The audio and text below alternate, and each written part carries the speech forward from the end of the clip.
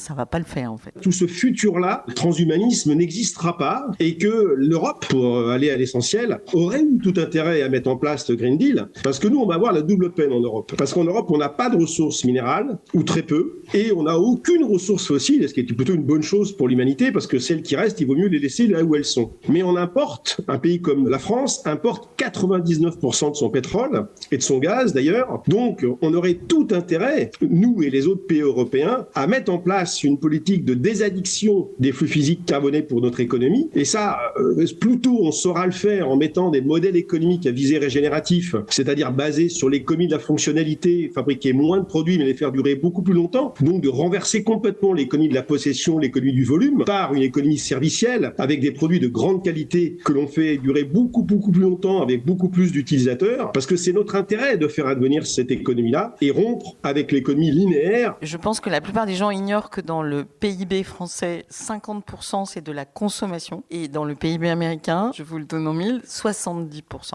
Donc à partir de là, tant qu'on s'accroche au PIB, on s'accroche à la surconsommation, ça c'est évident. Et c'est vrai qu'avant la décroissance est en train d'arriver la déconsommation. Il est très possible que ce soit un levier pour appuyer ce que dit Fabrice sur le fait qu'effectivement la déconsommation va amener de la décroissance et donc la démonstration que, comme vient de le dire Fabrice,